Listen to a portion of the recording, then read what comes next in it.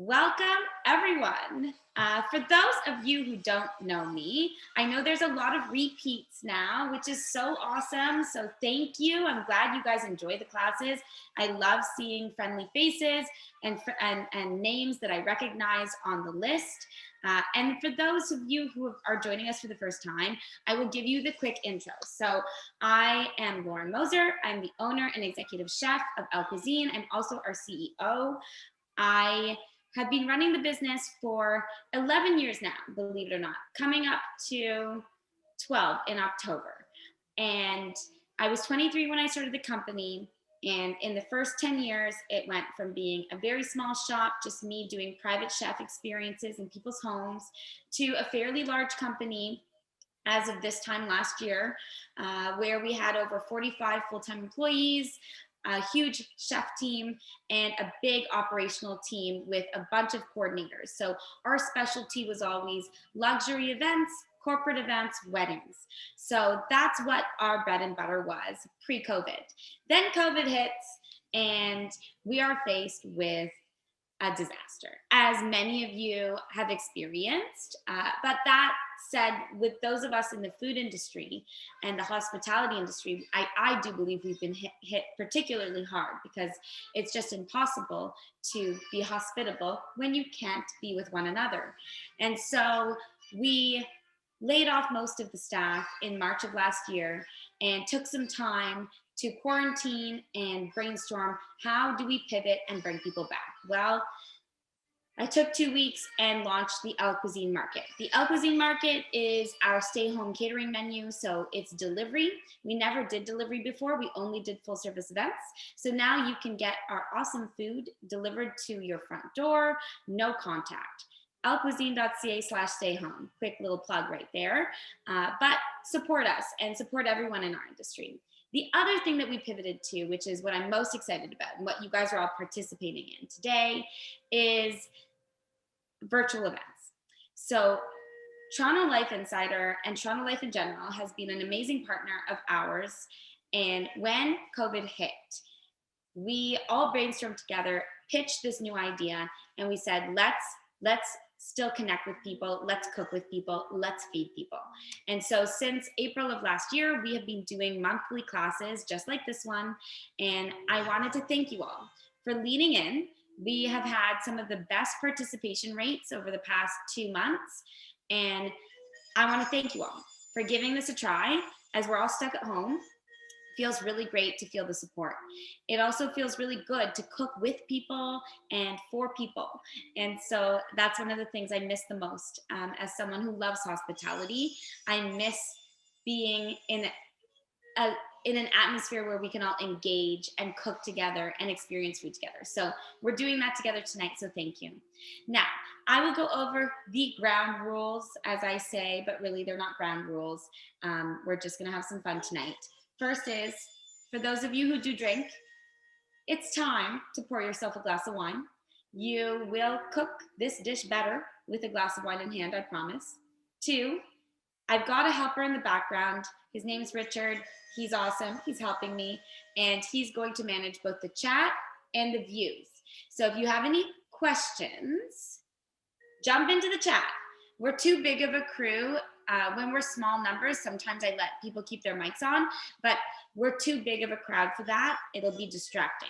So everyone should keep their mics off for now. But if you're having any challenges, if you have any problems with any step of any parts of the recipe, just jump into the chat and Richard will flag it to me. He'll read out the question to me. I will answer it so that everyone can share in that learning experience. I may even ask to spotlight your view so that everyone can understand the challenge you're having, because we learn the most through our failures or through our challenges. So especially with cooking. So that's the first rule. Don't struggle for no reason, just ask for help.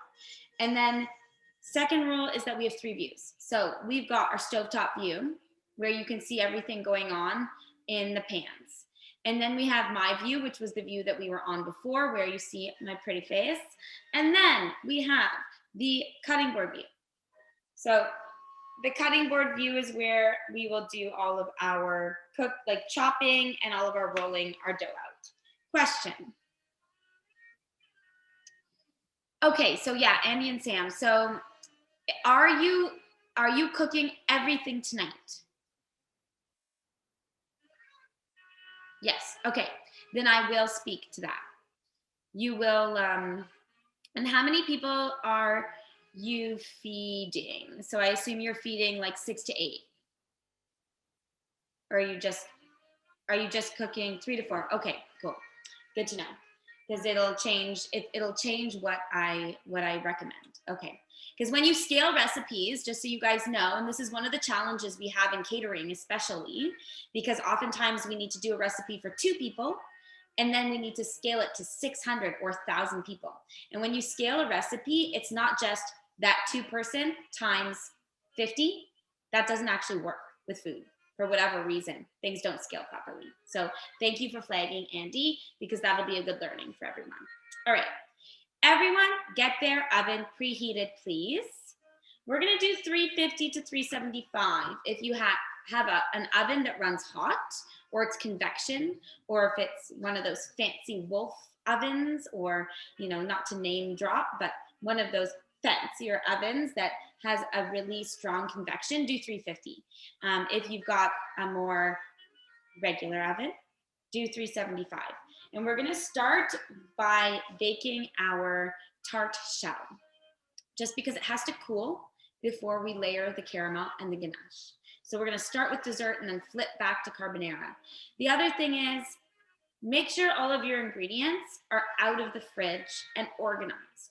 So have all of your lobster carbonara ingredients out in one pile and have all of your chocolate tart recipe ingredients out in one pile. It'll just make things much easier for you to manage. We call that in professional kitchens mise en place, okay? All right, so I'm gonna hop on, oh no, wait, sacrilege. We need 2 cheers, all right? I have a mini tart pan at home, yes. You can definitely use the one that you have at home. I'm impressed. Most people don't have a mini tart pan at home. So this is the time that I'm going to cheers to you all and wish you all a very happy Valentine's. It's one of my most hated holidays in that I find it to be quite a consumerist holiday without much meaning. That said, for my business, it's really good. So cheers to Valentine's and for people splurging and having a reason to have a special night with their loved ones. So cheers all. Good luck.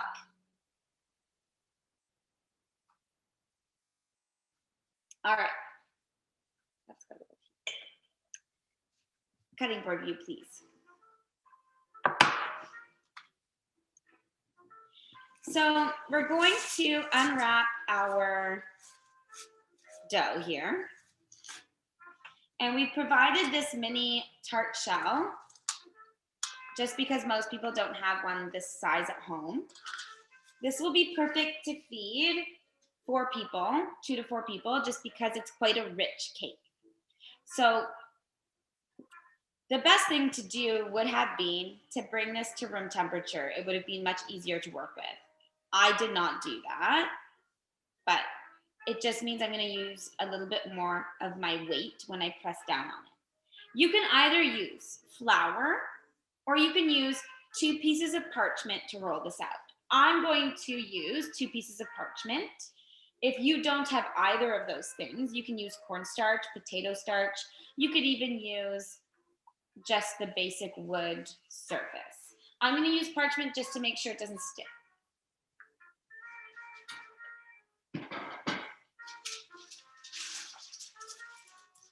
So what I do is I take a big piece like this and I fold it onto itself.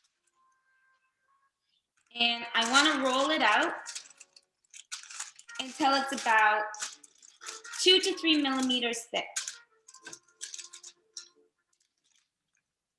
Oh, it's pushing back on me, but that's okay. I'm also quite short, so most countertops are high for me. I'm a very small human. I'm only about 4'11", believe it or not. Big personality to make up for it, though. And so most countertops are about 5 to 10 inches too tall which is why I have shoulder issues. 410, love it. I lied. I'm actually 410 and a half. But when I say that to people, they don't believe me.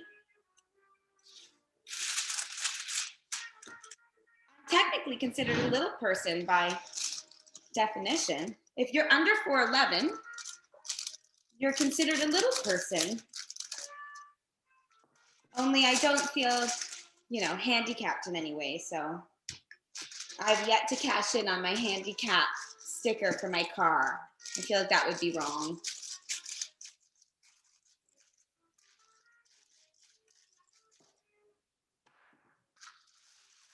Okay, so you see how it's getting nice and thin? So we're gonna go a little bit further. We're at about half a centimeter now. So, well, no, that's probably about a centimeter. So a little bit thinner.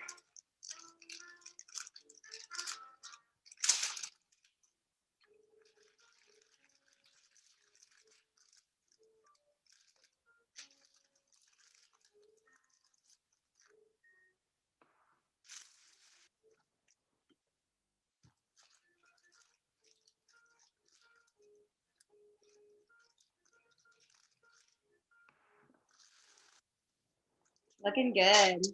All right, so now I just wanna make sure that it's even. So I'm like touching it with the palm of my hand. I can tell there are certain areas that I put more weight on. So now I just want to make sure I even that out.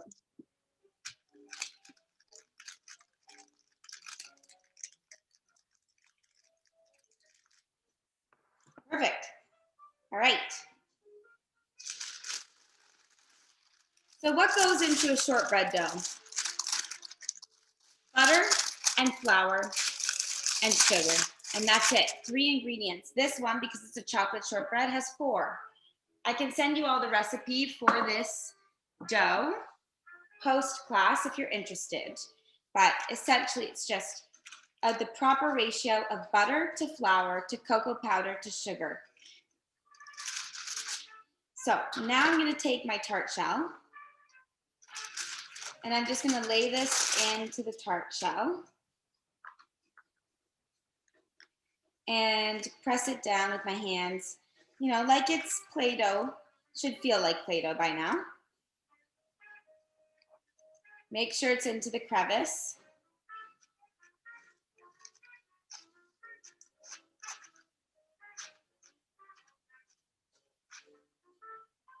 Perfect. And now I'm just going to use a knife to trim the edge. You can also use scissors. Scissors are probably easier, actually.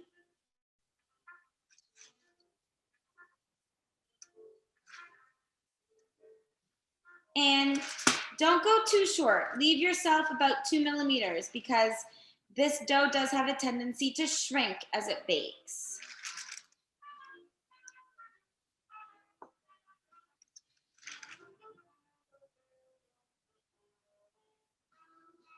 Smells good already.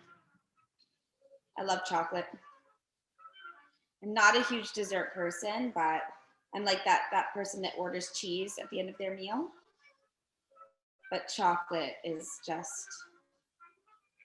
the one thing that gets me.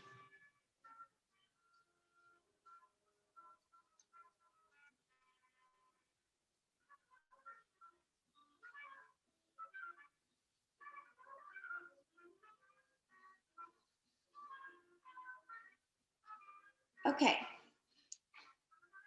So you've got a little bit of extra here. We always send you guys with a little extra because we don't want you to be in a situation where you have a problem and can't fix it. So what to do with this extra dough? I mean, you can just bake a cookie. So that's what I'm gonna do. I'm gonna turn this into a little circle and just bake a cookie that I can take home to my loved one when I leave. All right, and then for the tart shell, just use your hot hands, which when they touch butter and flour, should mold this really easily, and just smooth out the edges so that it looks super round and clean.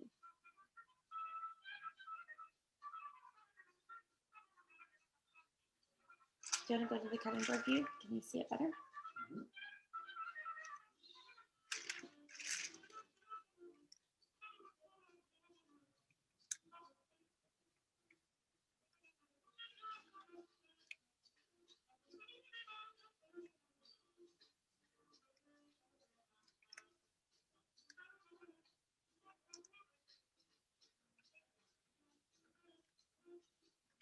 All right, so it's nice and smooth around the edges.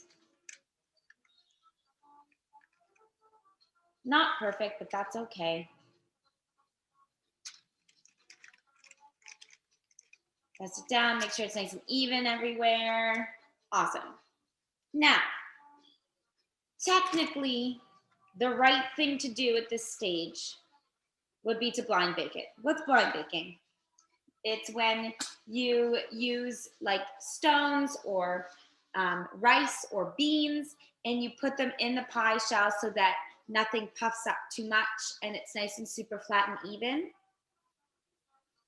Yes, make an extra one with the extra pie tray. Go for it. And if this fits, it just might not go all the way up the edge, but go for it. And for Sam and Andy, you're going to make both of yours now so that you can keep one in the freezer. So this tart freezes well. You could freeze the whole thing for up to 3 months, pull it out, you would not know the difference. It's got such a high fat and butter content that you wouldn't know the difference. But yeah, I think you could probably, now that I'm like stretching this out in my hands, the extra, you could probably get another little tart out of it. All right, so usually we blind bake. That's the right thing to do. That's what my pastry chefs downstairs do. But I'm gonna do the easy, cheat, chef at home way. And what we're gonna do is we're gonna hope for the best. And we do need to poke it with a fork or a knife because you wanna make sure that it doesn't fluff up too much. Can you freeze the insert? Oh yeah, you can. And I'm going to pop this in my oven and it'll probably take about 15 to 20 minutes. But for those of you who know me, know that I hate times with baking or cooking. It'll be ready when it's ready. 15 to 20 minutes is when we're gonna check on it. Yes. Oh, we'll go to the close-up, yeah.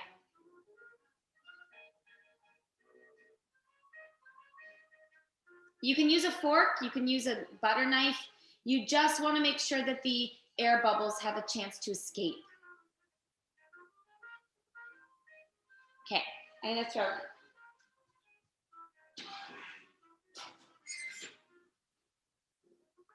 Great. All right, so first step done. We're going to now make our caramel, okay? And the reason we're going to make our caramel next is because I don't want you guys to be distracted with everything else that we're gonna have to get going once we start the caramel. The caramel we need to keep our eye on at all times. If you burn it, it's a disaster to clean up. And it'll be terrible in terms of flavor. And so I want you to have full attention on the caramel when we make it. We also want it to be slightly chilled or room temperature when we pour it into the tart shell. The ganache, however, we want to make at the right time to pour it on before it sets. So are you all with me or do you want me to wait a second?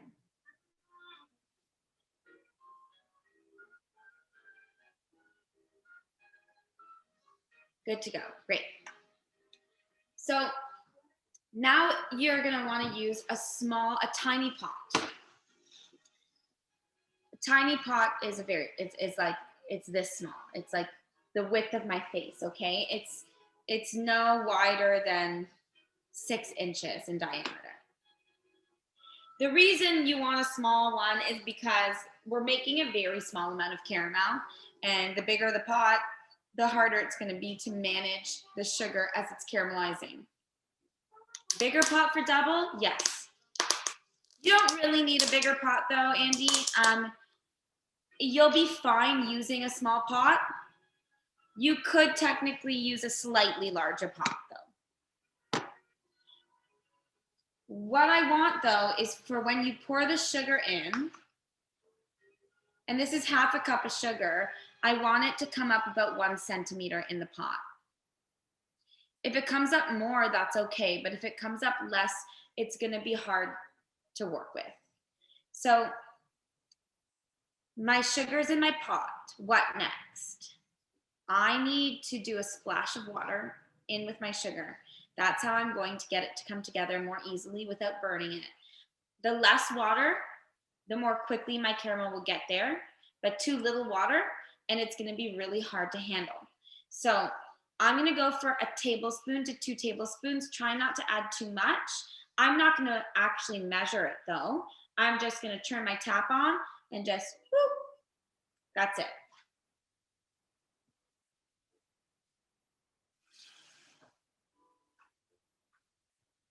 So I want you to take a look.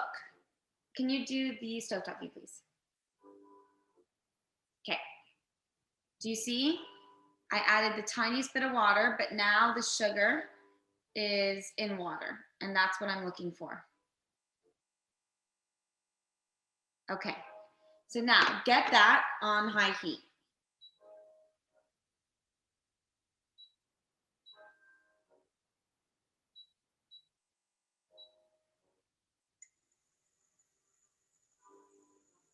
Have your whipping cream ready. Also, so this is, you're gonna use, and everything's been labeled properly for you, so it'll say whipping cream for the burnt caramel, salted caramel. We say burnt because we're gonna let it get slightly burnt because we want the bitterness. So we're gonna have, when I do a good dessert dish, I'm looking for sweet, bitter, and texture, okay? Bitterness and sweetness balance each other out. You can also do sweet and sour, like a key lime pie is super sweet, but it's also sour. With chocolate, I always like to go a little bit bitter. So the 70% chocolate, high heat, yes. Do not stir the sugar. Thank you. That's prompting me to tell you about a very important trick, or I don't know if it's a trick. It's just something with making caramel. You cannot stir the sugar. Do not stir it. The more you touch it, also make sure your pot is clean. If your sugar is dirty, if your pot is dirty, your caramel will crystallize. It means it won't be smooth. That's something I learned in culinary school. I can't explain the science behind it right now, but I wish I could. Now that's on my to-do list, but you do not want to stir it because the more you stir it, the more aggravated the sugar gets, the more likely it is to crystallize. And we want a super smooth caramel. So I have not touched mine at all. What we want is for all the water to evaporate. Once all the water has evaporated, and I'm almost there, I'm using an induction cooktop.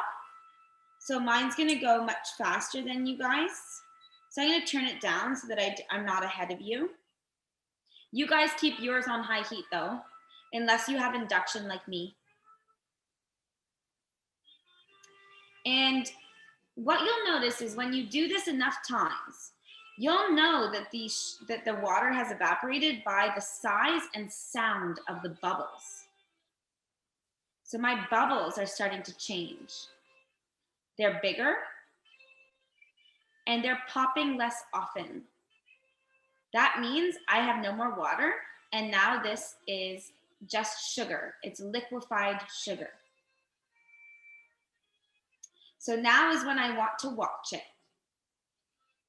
Good thing I have my glass of wine next to me because I don't want to move. I'm not going to leave this. Yesterday, I'm going to call her out. She'd probably hate me for this, but my pastry chef was making these tarts for our Valentine's Day menu for this weekend. She was making the caramel yesterday, and she kept stepping away because she was multitasking because, you know, in a kitchen you have to multitask, especially when you do it professionally, but she kept stepping away. She burnt the caramel 3 times before getting it right. So even professionals can burn caramel. So Oh, the bubbles are changing again. Now they are getting smaller. I still haven't touched it though. I haven't stirred it. They're getting smaller and they're bursting even less often now. So now, instead of stirring it, I'm gonna give it a whirl. I'm starting to smell it. Do you see that it's changing color? I'd love for all of you to come take a look at mine for just a quick second so you can see. So it's starting to change color, which means I'm about 30 seconds away from adding my cream. And I'm telling you right now, if you miss this point by 10 seconds, you will end up with a burnt caramel. Not in a good way. So do you see that color? We're good. Take it off the heat. It'll keep cooking. Add the cream. It bubbles up like crazy. So watch out. And now I've got caramel. So only now can I start to stir.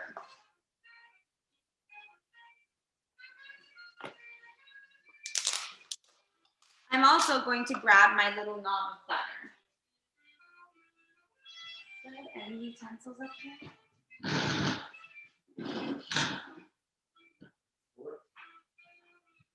Can you call just a bunch of different utensils? Tongs, whisk, everything. It smells great. It smells good, yeah. On the master? So here's my caramel. It's a dark caramel, and that's what I meant by burnt caramel. It's gonna be bitter, but it's not completely burnt, but it's also super sweet. So there we go. This is a caramel. This is ready as a caramel. If you were making a caramel sauce, this is perfect. Now, if you want your caramel to set in a way that when we cut into the tart, it doesn't just completely bleed out, you add butter, because the butter, the 1 tablespoon of butter, and I'm eyeing it out, is going to help like solidify the caramel once it's at room temperature. So I'm just gonna cream this in. So just with a fork, I'm just stirring it in. I'm also going to add my salt now, because I like a salted caramel. Again, up to you. If you like sweet desserts, you don't need to add salt. I like sweet and savory desserts, so the sweet and salty for me is everything.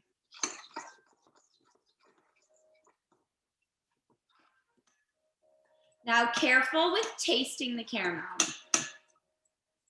Yeah, you guys won't get the color yet. If you have like a gas or electric, you'll probably be about 5 minutes behind me just because I'm working with induction. That's the same thing I mean when like you're working with different ovens, and that's why I hate timing in recipes. It's never accurate. All right, this is beautiful and velvety. Like I said, be careful when tasting it, because hot sugar can burn you very badly. It boils at a temperature that's way higher than boiling water. So boiling water boils. Don't take the crust out yet. I would say, I don't smell it yet, so I always go for cues. It's looking good, but I didn't smell it till I opened it. So again, I trust my senses. So cues for the shell are you will smell the cocoa powder, you will smell the chocolatey crust, and that's probably when it's going to be ready. So I've got my caramel here, and like I said, just be really careful when you taste it that you don't burn yourself, because water boils at 200 degrees or 100 degrees Celsius, and sugar simmers at about 320 degrees, which means it's way hotter. And I have burned myself with sugar, and it was not fun. I was doing creme brulees at a wedding, 200 of them, and I got cocky because, you know, as chefs, we do that. And the proper French way of doing a creme brulee is to hold the ramekin in your hand and have the blowtorch in your other hand and to twirl the ramekin as you blowtorch it, because that's actually the proper way to do it. And then the sugar bleeds down, and as you're turning it in a circular motion, it's evenly coated on all edges. So I was doing 200 of them, and after like the 100th of like watching myself, I got into a conversation and got cocky and stopped watching myself. And the sugar spilled all over my hand. And the first gut reaction when you burn yourself is to grab that hot something and wipe it off. Now, sugar is sticky. So what did it do? What does sugar do when you burn yourself with sugar? It pulls off the skin too. So can you imagine? I lost the skin on these two fingers. And I remember looking down and just being mortified because I still had to finish dessert service for this wedding. And so I wrapped my hand up, and the pain was immense and terrible. But yeah. How much butter do you add to yours? Yeah, so it's for both. So you want to add about 1 tablespoon to the caramel. You could add 1 to 3 tablespoons. I added about 1.5. There's no perfect answer the way that I cook, but I used 1/3 of what I have for the ganache and the caramel. I added the cream as soon as I saw color in my pot. So once you see caramel color, never a limit to the wine. Just be careful with caramel that you don't get too drunk, because again, you don't want to burn yourself. I don't think we're there yet though, Kim.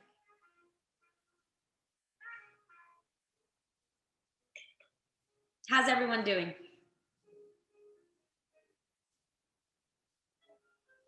Great.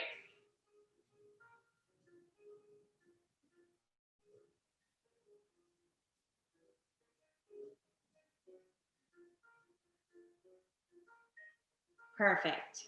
Love it. Okay, so I smell my crust. As soon as you smell it, you know it's almost ready. And that's with everything, guys. So I'm gonna give it a check now. Your caramel is sticking a bit. What do you mean by that? Where is it sticking?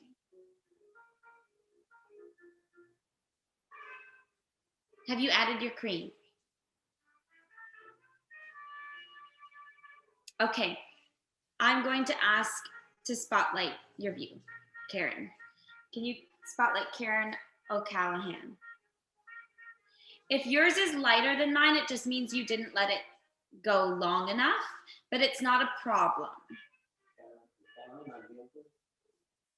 Karen O'Callahan.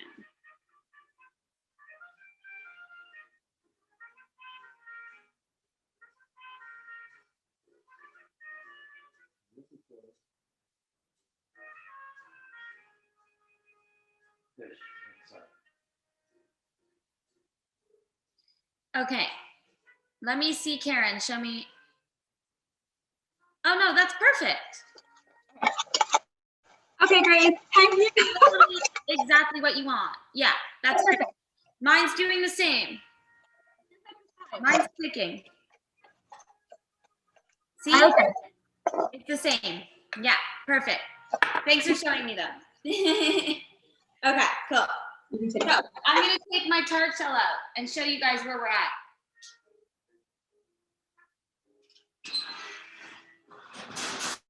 Oh yeah, she's looking good.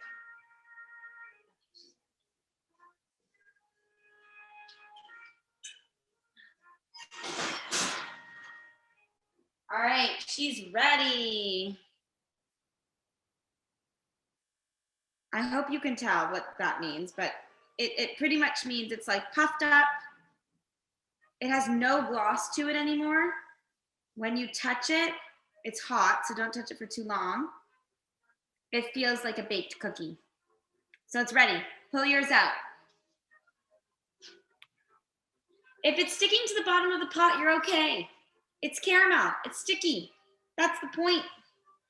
It's just if it's like, look, mine's sticking. Mine's definitely not coming off the bottom. I'm gonna need a spatula.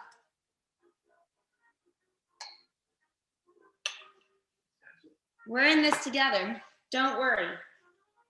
Okay, back to cutting board view.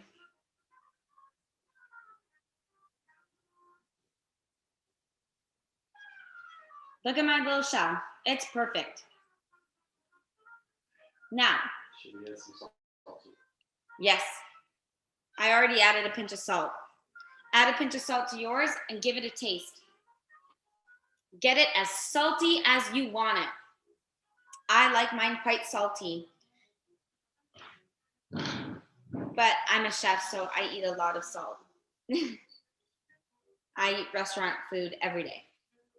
All right. Now, the tart shell, we need to let cool before we add the caramel. You can put this outside if you want. It's freezing outside, so it'll cool really quick. You can put it in a fridge. I'm going to put mine in a fridge, or you can just leave it out. Your call. Doesn't really matter. We're going to move on now to the lobster carbonara because we have our mise en place ready for this dish. Oh, well. Look, you see, I make mistakes too. I grabbed that too quickly and the edge came off. Damn it. That's okay. I hope yours looks prettier than mine. I lost an edge. Be careful, it's shortbread dough, which means it's very tender. Don't make the same mistake I did.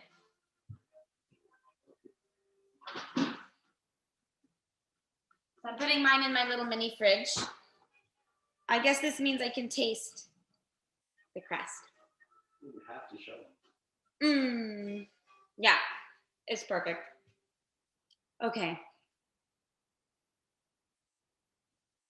Add salt, yes. You lost your edge too. Oh, yeah. There you go. We meant to lose the edge. It's fine. What I really should have done, and I thought about this, we should have baked it like on a tray so that we're only holding the tray instead of having our towel hold the edge of the pan. That would have been the smart chef thing to do. So sorry, guys. But whatever. It's cool. Maybe some of you were smart enough. You lost your edge too? Oh, no. Oh, God. I was slow to catch that joke, but thank you. Okay, so let's move on. Everyone, if you need 5 minutes to collect yourselves, now that we've done that first leg of the dessert, I'm happy to give you some time, but what I want you to do is I want you to get a medium to large size pot full of water and get it on high heat to boil our pasta. Then I want you to make sure that you have your saute pan ready. We're gonna start to make our carbonara. I'm getting all of my ingredients laid out so that it's easy.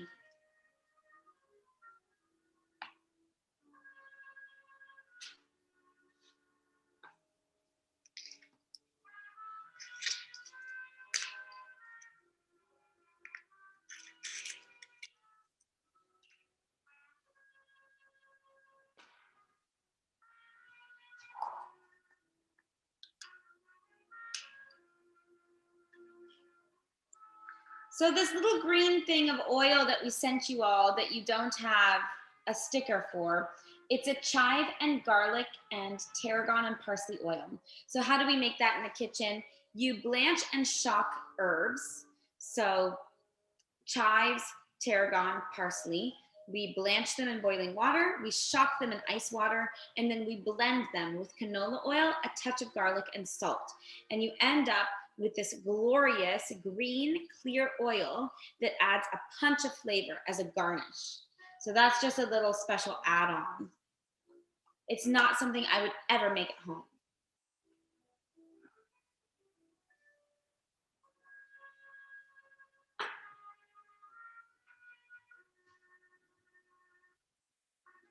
So I've got my garlic out. That's the first thing I'm gonna work with other than my pancetta. my lobster meat, I'm gonna get ready. I slaved away on this lobster meat.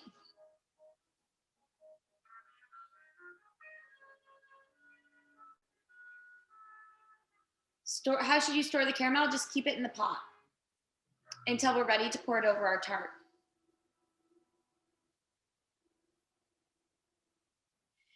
The lobster will last 2 to 3 days. Not much longer.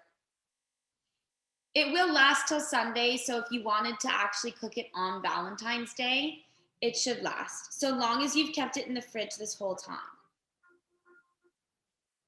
So don't have it out right now. Yummy. I like to snap.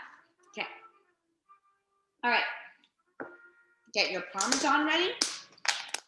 We're gonna make parm crisps also. Again, for those of you who know me, I love parm crisps. So grab a sheet tray. I have a small one here, and some parchment. Make sure it fits. Keep your oven on at the 375.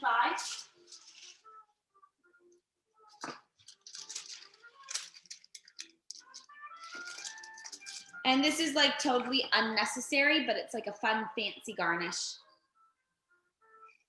So now that you have a lined sheet tray or cookie tray with parchment, you can use tinfoil if you'd like. Parchment will be much easier. We're gonna take this Parmesan Reggiano, and only good quality works for this. And I'm taking a little handful. And when I say a little handful, I probably mean 2 to 3 tablespoons. Temp for the oven can be 375 to 400. So I'm just keeping mine at the same temp. You can go to the cutting board view. So I took the pile and then I just used my hands to spread it out so that I have like 2 nicely shaped circles or discs on my sheet tray. I'm gonna throw this in the oven, and what we're looking for is this to melt and then caramelize. And so what will it look like when it's ready? First, we'll smell it. So always telltale sign is your first sense that's going to be impacted is your smell. And so it's going to smell like when, I don't know if you've ever made a grilled cheese, but this is like the best thing that I can relate it to, is if you ever make a grilled cheese and the cheese spills out the edge and hits the pan and it burns, but like not in a bad way, in a way that like smells and tastes delicious, like almost like an over melted cheese. That's the smell we're looking for. Once we start to smell that, we know it's almost ready. Then we're going to use our next sense, which is our sight, and it should look like a fake tan, like a Trump fake tan color, bright orange. Okay, mine's done.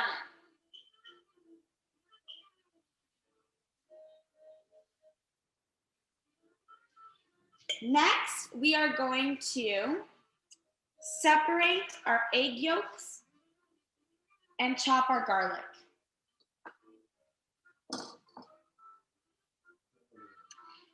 Is Trump ever not angry? I mean, maybe. I did not use all the parm for the crisps. No, you need to save some of this for your carbonara. Let's talk about carbonara for a second. What makes a carbonara? 4 ingredients for me make a carbonara, and different chefs argue about this, but for me, 4 ingredients make it.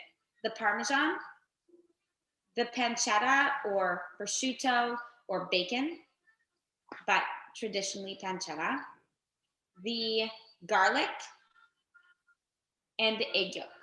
So those are the 4 ingredients that you need to make a carbonara.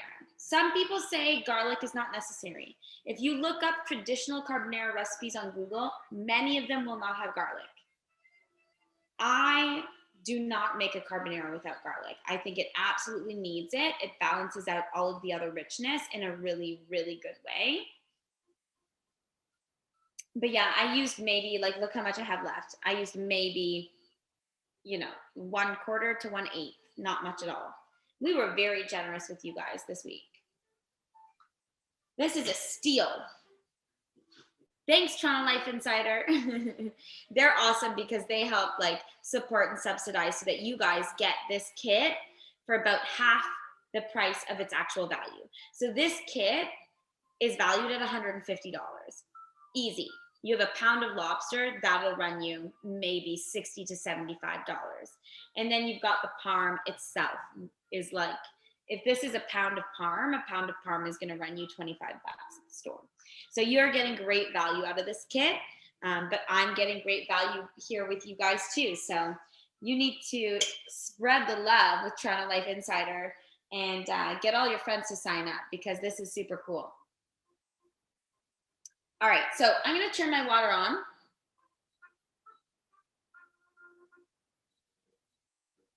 Get that ready for my spaghettoni. True. And now I'm going to get my garlic ready. So cutting board view, please.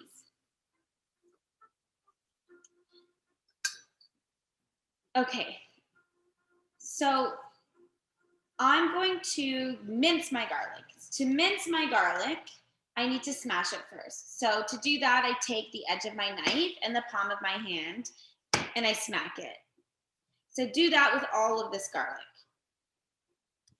For those of you who are doubling up this recipe, and I know there's 3 of you, you're gonna want a slightly bigger pot than I have for your pasta. And you're going to want a bigger saute pan for your carbonara like finishing. And that's because all of the pasta is gonna land in your one saute pan at the end. So you're not gonna wanna run out of room because then you're gonna make a mess on your stovetop and that's gonna be a terrible end experience for the night, having to, clean your stovetop like a crazy person from egg sticking to it. Egg is one of those things that when it sticks, it's really hard to get off. So now that I've smashed my garlic, I'm just going to almost like hold this pile with one hand and I'm using my claw here. And I use a claw because I don't want to slice into my finger. I don't want to slice a fingertip off. If I do slip with my knife, I'm going to hit bone instead. And that's always better than hitting flesh. So that's why we call it the claw. So just start to chop. And then you're going to go this direction. And you're going to pull everything in. And you're just going to keep doing that from all directions until you end up with a fine mince.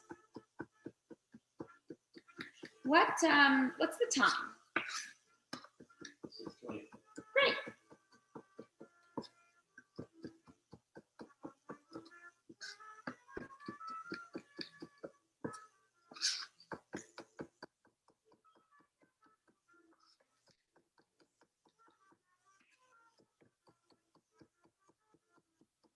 Okay, so the more I run my knife through it, the stickier it's getting. And you know that you've minced your garlic fine enough once it gets super sticky. It starts to clump together. You use the garlic press, is that okay? Yeah, garlic press is great.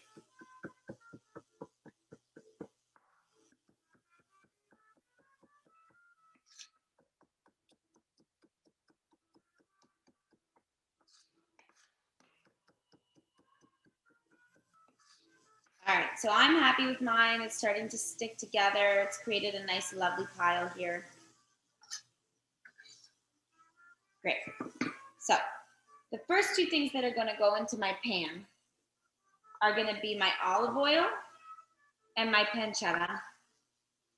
Once the pancetta has been rendered down, I'm going to add my garlic.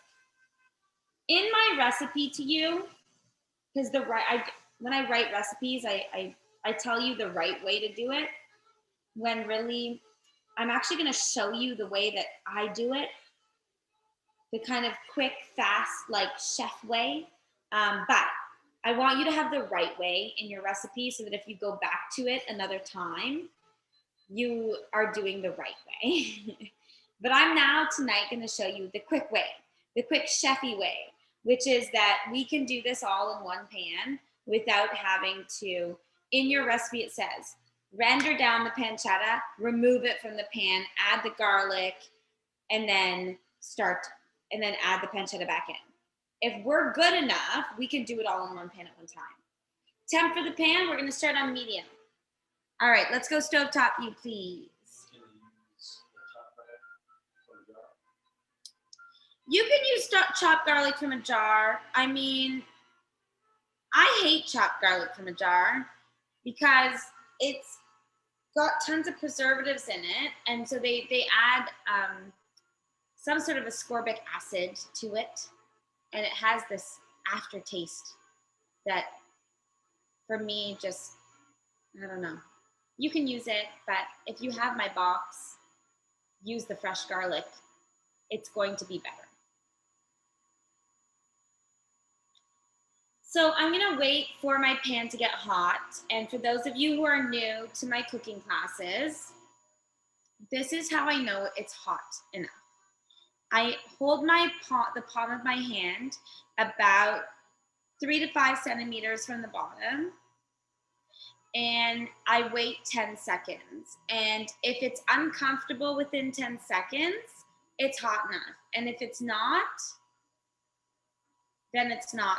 Yeah, it's not hot enough yet. You're going to use all the olive oil.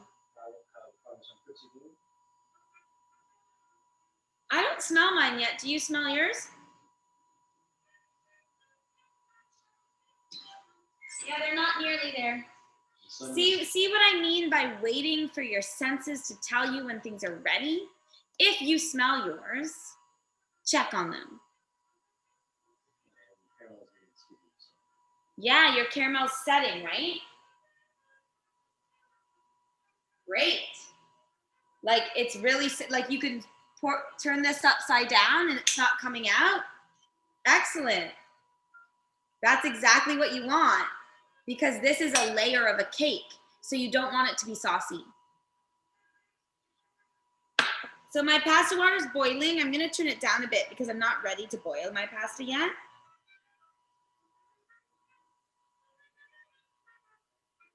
All right, my pan is getting nice and warm. So I'm going to throw in my olive oil. Then I'm going to throw in my pancetta.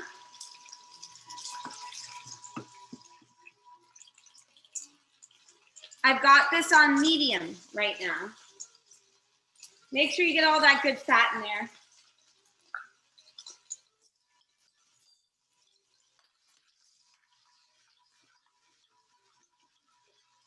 Now I'm going to let this get a little bit crispy before I add my garlic. Be careful, it may spray up at you. Now, I also want to start to make my ganache at the same time. If your caramel is saucy, it just means it hasn't cooled as much as mine has. All of our caramels were done at different times, right? Because we all have different stovetops. It doesn't mean you did anything wrong. It just means it needs more time to cool and to get there. The biggest thing working against you when you cook is time. So sometimes clients will call and they'll be like, oh, can I get dinner in an hour? And I'm like, absolutely not. How am I going to cook you dinner in an hour? Food takes time. So just give it the time it needs. All right. So my pancetta is getting a little bit crispy. It's not totally crispy yet. It's about half crispy. Cutting board view, please. Or no, stovetop view. Thank you. Are they separating all eggs? We are going to separate the eggs, yes. Not yet, though. I love how you guys are so on it. Add the garlic to your pan and turn it all the way to low. Now we're going to make our ganache really quickly. Then we're going to separate our eggs and finish our carbonara. Carbonara is very quick. It's gonna take us less than 7 minutes from beginning to end to finish. I wanna make sure everything else is ready by the time we finish our carbonara, because the other thing with carbonara is that you need to eat it right away. It's not something you can reheat because the egg will overcook and split. And it's not something that you can reheat at a later time. Very easily anyways. You can, I can tell you guys how if you want, email me. But that's another little chef tip where you don't just microwave it or reheat it. You have to add water to a pan and then add the pasta to the pan so that you're constantly emulsifying the egg yolk into the water. All right, so mine is very slowly just, ooh, there we go. Come on, there we go. Mine is very slowly just simmering here. It smells amazing. I have it on about a 3 in terms of heat. That's what mine looks like. So keep it on that 3. And now is the time that we want to heat our cream for our ganache. So to make our ganache, we have the cream and the chocolate, and we have the butter that was left over from our caramel. So open your chocolate chips. This is 70% Calabo chocolate chips. It's gonna be really high quality, bitter chocolate. Now put your cream in a pot, or what's even easier, honestly, is if you just do it in the microwave. When you add the garlic is when the pancetta / prosciutto is crisp, but not overly crispy. So it's got a crisp exterior, but you can tell we haven't completely rendered it down. So you know how you could see the fat on the prosciutto or the pancetta? I can no longer see mine. The fat has gone translucent, which means it rendered down. And now the prosciutto is nice and crispy. And so I added my garlic. And now I'm just letting those simmer and caramelize together. Parm crisps are done. I smell mine now. Do you guys smell yours? So mine aren't quite there yet. Mine are almost there. So they're turning orange. They need maybe 2 to 3 more minutes. They smell good though. So I'm just gonna leave them in there for another 2 to 3 minutes. See, we're now multitasking. Things are getting a little wild. Is everyone with me with the cream?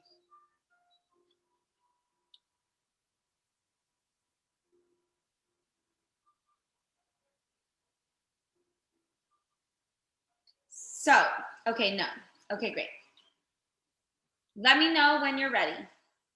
For the microwave, I would probably do only about a minute. You're gonna look to get it to a simmer temperature. So it doesn't need to boil over. You don't wanna make a mess, but you want it to be just hot enough to melt your chocolate. What we're going to end up doing is just using this Tupperware container to make our ganache. You're gonna pour the hot cream on top of the chocolate chips. We're gonna stir until it's all melted together, and there we go, voila, we have a ganache. So there's no exact time to parm crisps. Like I said, every oven is different.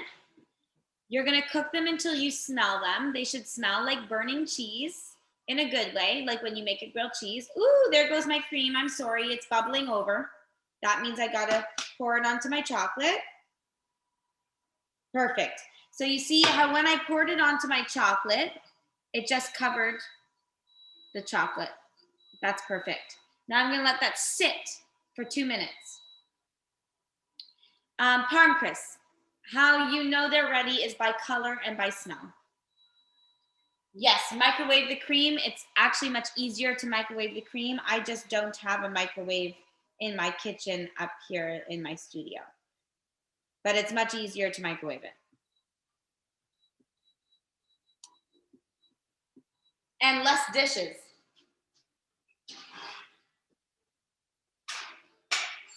All right. So my parm crisp is looking pretty orange. I think it's probably ready. So I could go a little bit longer, but not too much longer. So I'm gonna just set this aside and let it cool.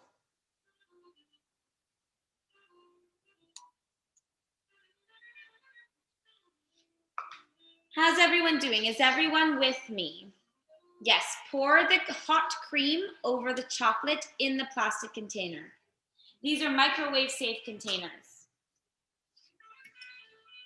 They're recyclable, microwave safe. So you can use them many times over. They go in the dishwasher. They won't melt in the dishwasher. You can use them like Tupperware. So my prosciutto and garlic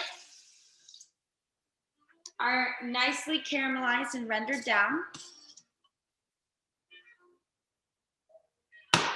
They smell amazing. And yes, there's quite a bit of olive oil, but that's not bad. Olive oil gives you life. It's awesome. Don't be afraid of that fat. It's a healthy fat.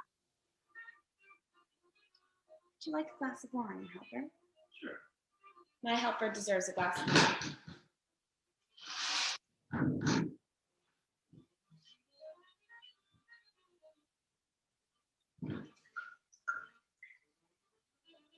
You're welcome. Now I'm turning my pasta water back up because we're almost there, guys. We're almost at that moment of truth. So I'm gonna turn it on like medium high. My prosciutto and garlic is just sitting in the pan. I don't want to over caramelize it. I'm gonna give the pancetta a bit of a taste. Yummy. It's gonna be really good. Now, while I wait, I'm gonna wait for you guys to catch up. But the next thing we need to do is separate our egg yolks from the egg whites.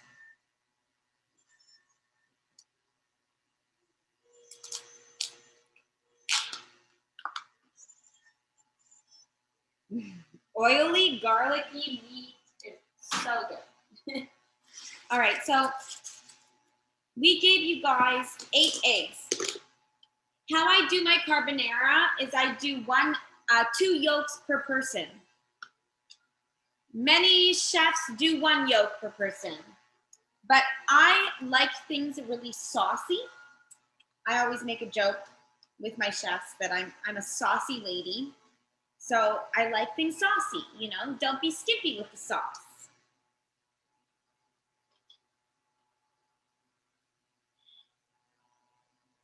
Yes, egg white. Yeah, I'm gonna discard of my egg whites.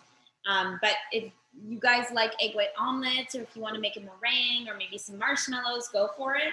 I love eggs, but I don't do egg white omelets. The egg white is the least, you know, voluptuous part of the egg. All right, back to work. Oh yeah, save your egg whites for cocktails. Excellent idea, Karen. Excellent idea.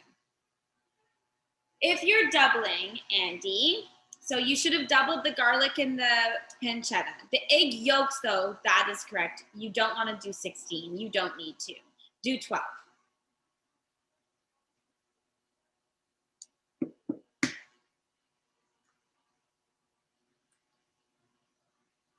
It'll be the same with the Parmesan, Andy. You're not going to want to add all of the Parmesan. It'll be overwhelming for the lobster. So if we were making a traditional carbonara, the Parmesan would stand up to the prosciutto. But because we're making a lobster carbonara, we don't want to overwhelm the lobster flavor, and lobster has quite a subtle flavor to it.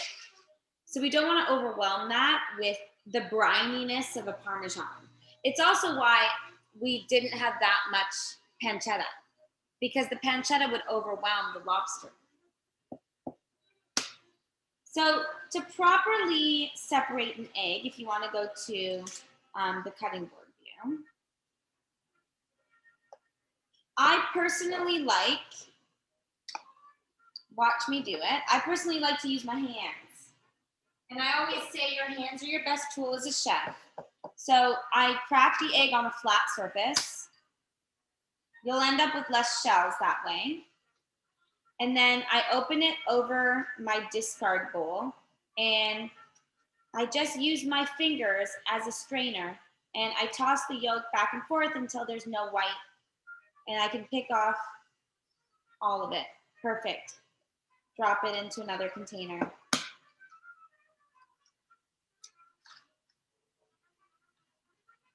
many eggs for every egg? 8.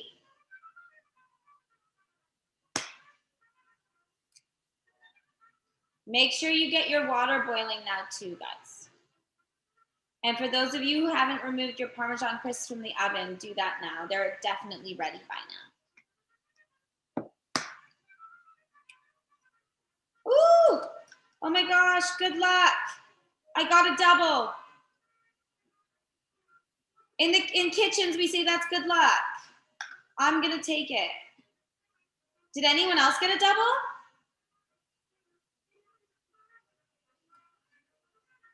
Well, we got 2 doubles. Oh my gosh.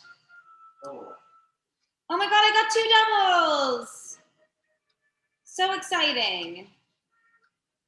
Look at that. Lots of doubles. That's twins. Lots of doubles. Oh my gosh, that's why we're having such a good class. All that luck. That's actually so exciting. I'm gonna wash my hands.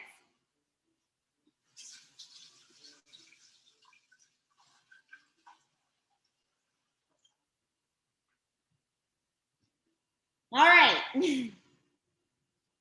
That's so cool. So many of you got doubles. It truly is, we say that it's good luck in kitchens when you get a double yolk because it's very random. You know, like you can't tell. So cool. Okay, so next, I'm gonna take half of the Parmesan that I gave you guys, whatever we haven't used for the crisps. Use half of this and pour it into the egg yolk mix. It doesn't need to be exact. And stir that up with a fork. And what this does is it's gonna help temper the yolks, which means they're not going to coagulate as quickly. Whenever you add anything to yolks, whether it's sugar when you're making a creme brulee or cheese in this case, it just increases the temperature at which it coagulates. So that's why we do that. And now I'm going to pause because we're gonna finish our tart and then we're gonna finish our pasta. And like I said, oh no, now Ted feels left out. Like I said, this last part of our pasta making is gonna be maybe 5 minutes, okay? So have everything ready, including your salt and pepper, have that ready. Salt your water, okay? Pour about half your salt into the water. For your container of chocolate and cream, just stir it up. Stir it up until it starts to look nice and creamy and glossy.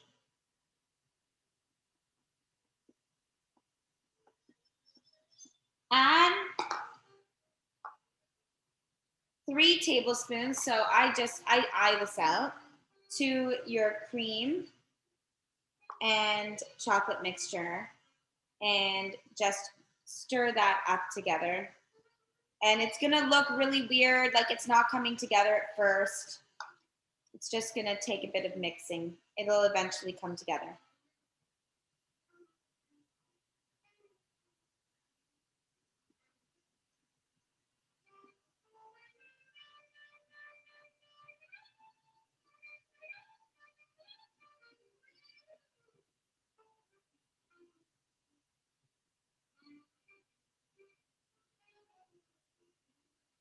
So you're gonna be left with some butter. So if you have a couple extra tablespoons, that's totally fine.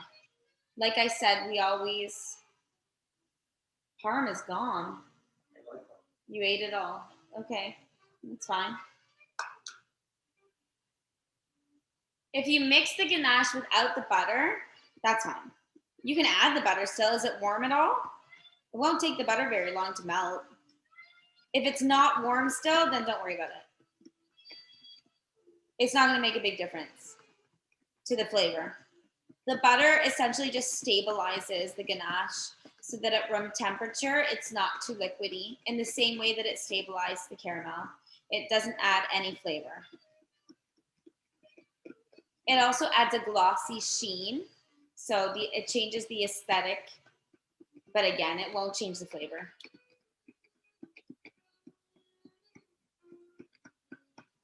Okay, mine's nice and smooth and glossy.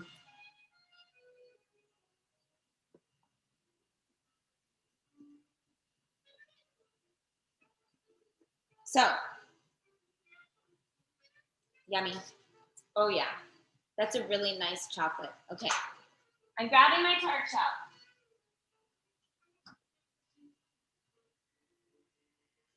Keep the water boiling.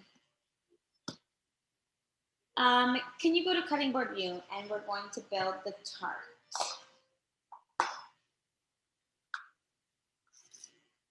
Okay.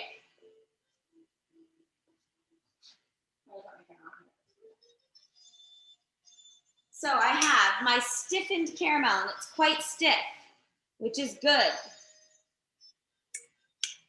Cutting board view, please. Yeah. And I'm going to take this and pour it into the bottom. I'm leaving some in there so that I can use it to drizzle on top. You want to just create, oh, there goes another part of the edge. Good job, Lauren. Be delicate with this shortbread crust. Spread it out. Okay. Now, it'll set. Use wet hands to help it set.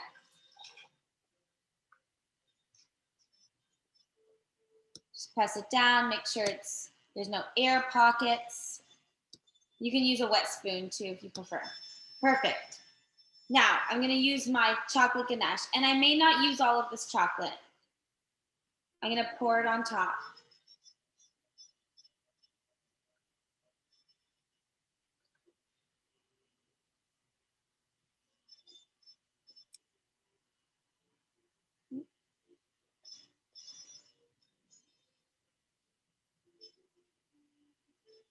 And just smooth it out. Perfect. Gorgeous. So yeah, I'm left with about 1/3 of my chocolate ganache. Never a bad thing to have to munch on. And about 1/4 of my caramel. So that's your chocolate tart. Let's let it set in the fridge again before we sprinkle some salt on it. You could also probably just sprinkle the salt on right now. Yeah, there you go. I like to do a line down the center so it looks pretty. Now I'm going to let this set in the fridge again before we eat it later.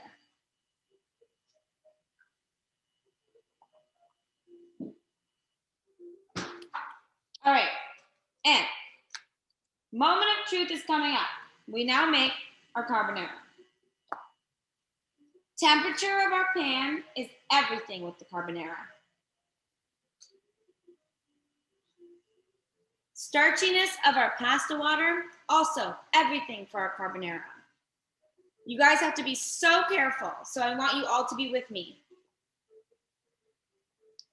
If your chocolate is liquidy, it just means that your cream was super hot and it hasn't had enough time to set.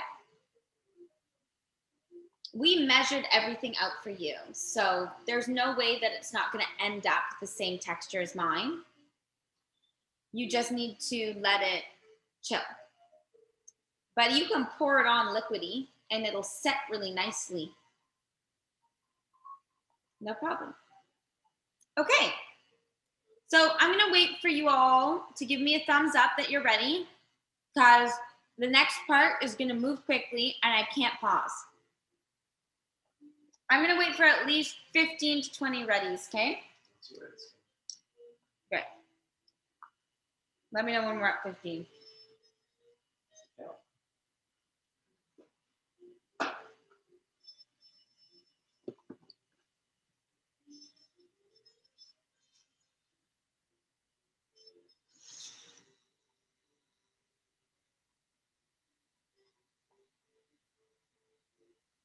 All right, good. I'm glad we're all ready.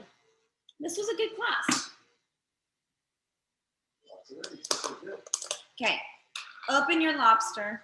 It's nice and chunky, which is great. Have it ready.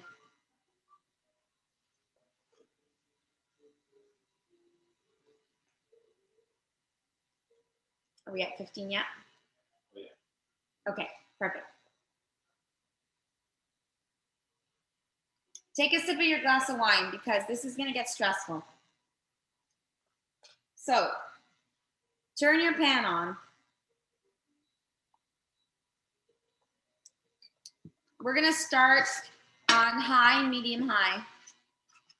Let's go stovetop view and don't go away from stovetop view just so that no one misses anything. Everything at this point forward is about timing.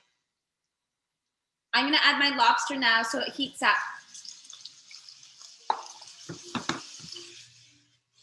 I'm going to toss it in the hot oil with the garlic. And this is enough for 4 people here. Now I'm going to drop my pasta into my water. It will take no longer than 3 minutes.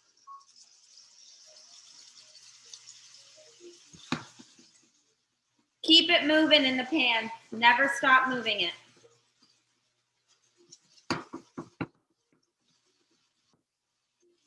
All right. Turn the pan on low. Once the lobster is warm, you don't want to keep cooking it. It's already being blanched and chopped up for you. Ooh, it smells so good. It smells like garlic and lobster and pancetta, and that is just the best smell. Now, grab your egg and parm mixture. Grab some salt, do a little sprinkle of salt. Do some pepper now. Now we're really just waiting for this pasta. And this is in your tips and tricks, but you don't want to take, so we need pasta water. What we're going to do is we're going to temper our egg yolks with pasta water. We don't want to take the pasta water too soon because we want all of the starch that's coming out of the pasta. That's what's going to make our sauce voluptuous, or it's going to at least help. Because the other thing that's going to make our sauce nice and voluptuous, obviously, is going to be the egg yolk. Okay, so it's been at least 2 minutes. I'm going to give my spaghettoni a taste. Fresh pasta takes hardly any time.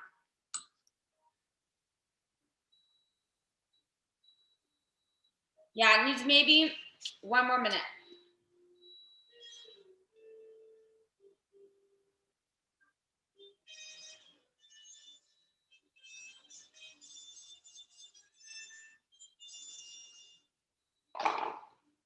Why is it saying error?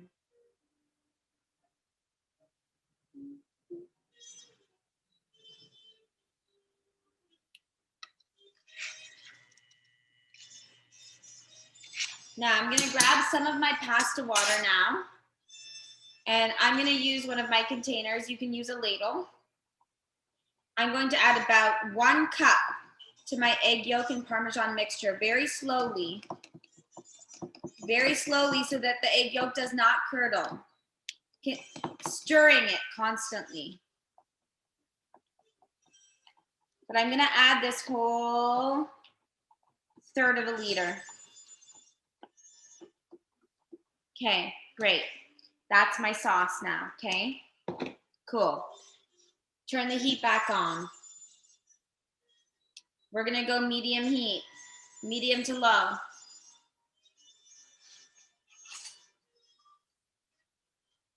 My pasta is ready. I'm going to put it into my pan. Yes, you did ask pasta lemonade. Yes, I added about 1/3 of a liter to 1/4 of a liter to 1/3 of a liter. I'm adding the pasta to my pot. Tongs would be better, but I don't know where I put them, so I'm just using my forks. Cool. Done. Keep the pasta water in case you need more. You might. Give this a little flip.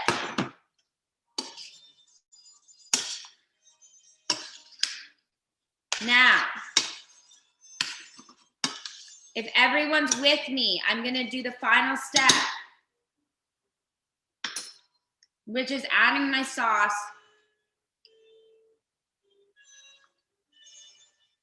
There we go. Now, you must stir constantly.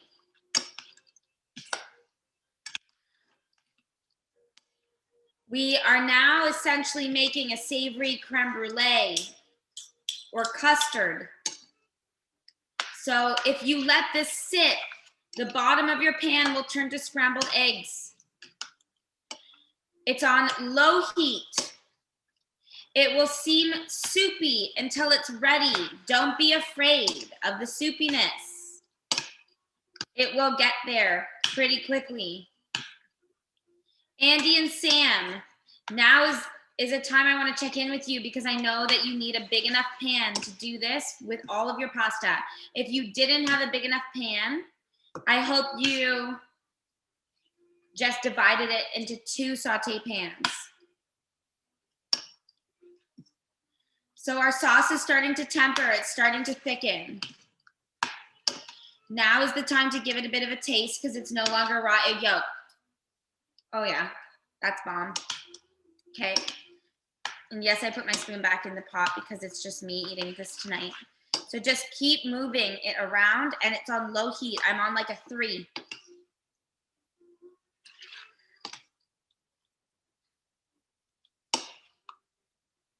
What we're looking for is almost like an Alfredo consistency to this sauce. And you will get there very quickly. So just make sure you're constantly stirring. I'm going to now add a little bit more of my Parmesan. I'm going to sprinkle whatever's remaining in here. And then I'm going to keep stirring.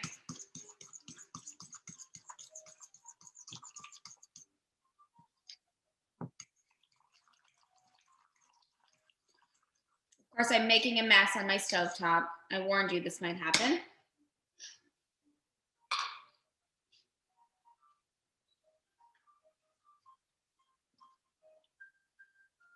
So what we're looking for is for the sauce to thicken and our Parmesan to melt into the sauce so that you don't feel any of its texture. So just constantly moving it around.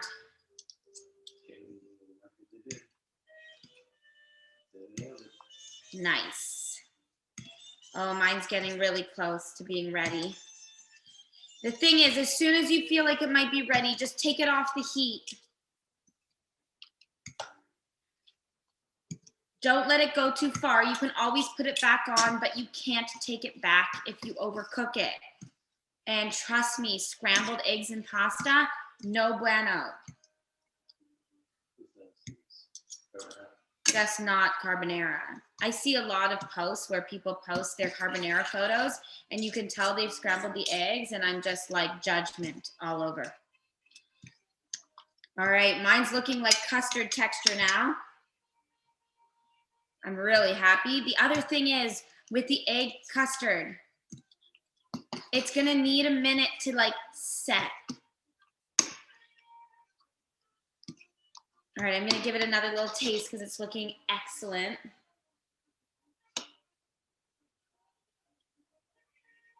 Oh my God, it's amazing. Okay, really good. I almost think this one's better than the bolognese. It's so garlicky. You taste the lobster, you taste the pancetta. It's saucy, like I like it. See, that's the 2 yolks per person. See how it's kind of swimming in sauce? I like it that way. How's everyone doing? I've turned my heat off. Will this video be shared? I think so.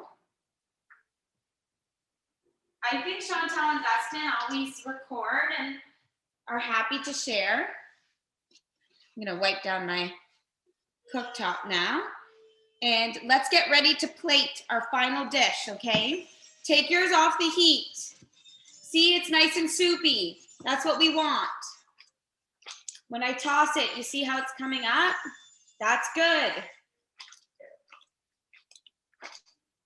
Look at that. It's glossy. It's beautiful. I'm so happy. I just got it on the stovetop again.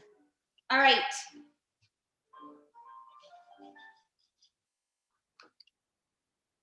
Jacqueline, what's Jacqueline asking? Yeah, you have a lot of extra butter, correct. We gave you too much. Not a bad thing. You have some extra parm too, probably. Lobster, yeah, the butter in the lobster carbonara, you could add it. No, we don't need to. We could have done that instead of doing all of the olive oil. We could have done half butter, half olive oil. But with the richness of the lobster and the pancetta, I went without. Keep that butter for something else. This is just perfect. So give it a little taste with the lobster. Yummy. All right. Mine does look a little extra saucy because I only did 3 portions of pasta, only because it's just me and my helper, and I didn't want to waste any. The pasta tonight is made by Famiglia Baldassare. They make the best pasta in the city, and this is their spaghettoni. It's awesome. Okay, plating. I'm gonna clear this area off for plating.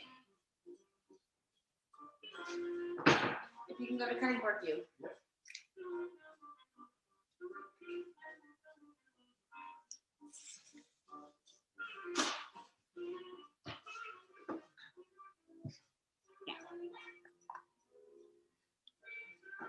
What time is it? It's just kind of 7. Great. 7:03. Great. And guys, this is the first time we've been perfectly on time. 7:03. Look at us go. I'm sure Dustin and Chantel are grateful. Cool. So I'm gonna grab my tart out of the fridge.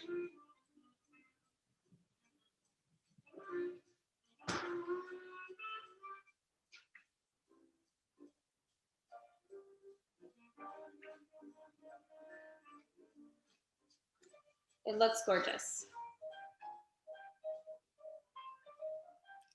So that's dish 1. Now, I'm going to do 2 plates of carbonara. And as most of you know, we always heat our plates. Hot food goes on a hot plate. So I'm going to throw these into the oven for 30 seconds.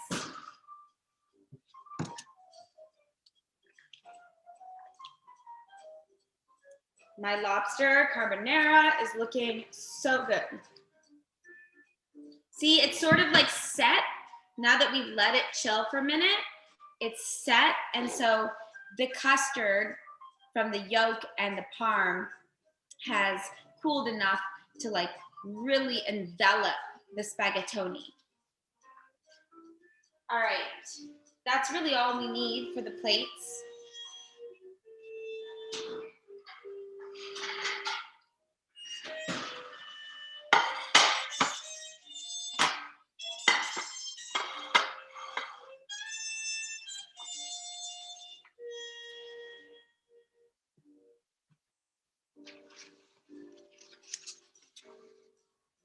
All right.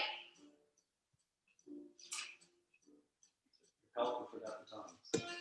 I know, I forgot my tongs. I just. So I'm just giving it one last little stir. And now I'm just taking 2 forks. You can use tongs too. I'm just going to lay this out in the center of the plate.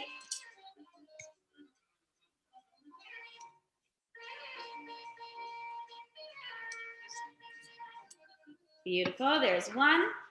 Now there's a lot of sauce left, which we're going to pour on top after.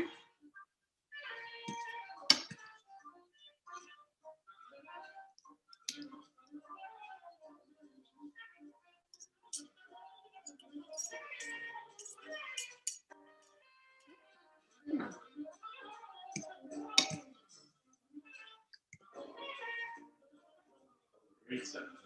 Yeah, the green stuff comes after. That's our garnish. That's why the plating is so important. Okay, so now we take the leftover lobster and sauce and we pour it on top.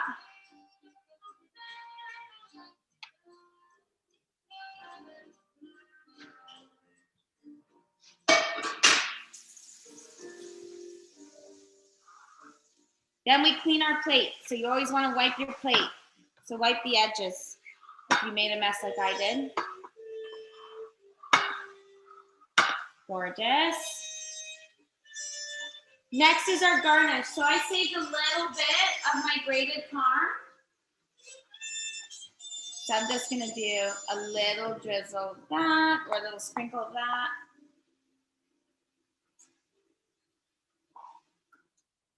Then I'm going to do a little drizzle of my oil. So this is my green oil.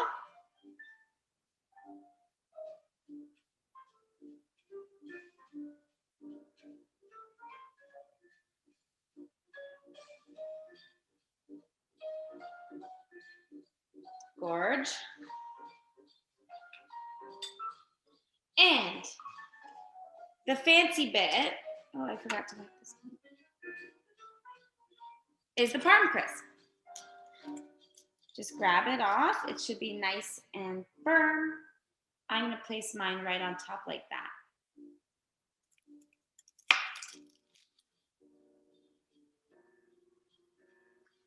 And voila, there we go.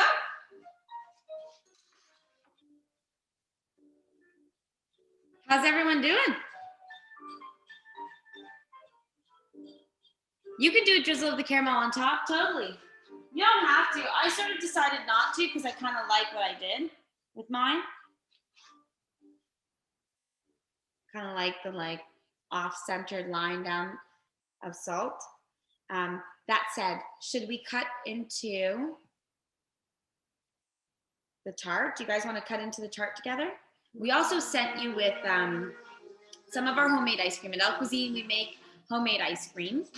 And we sent you with a salted caramel ice cream. So you should eat this with the salted caramel ice cream.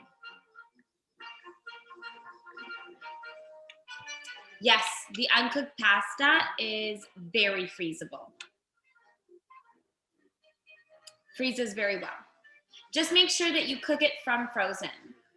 So boil the water and drop it in frozen. Don't try to defrost it or thaw it in the fridge and then boil it because it will stick together. Shall we all take a bite? Did everyone enjoy it?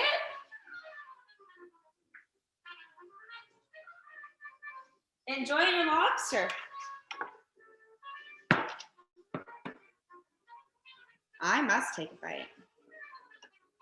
I love it. It's delicious.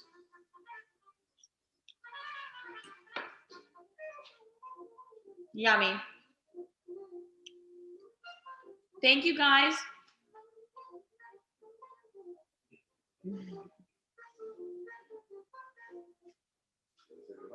All right. I will see you guys next time.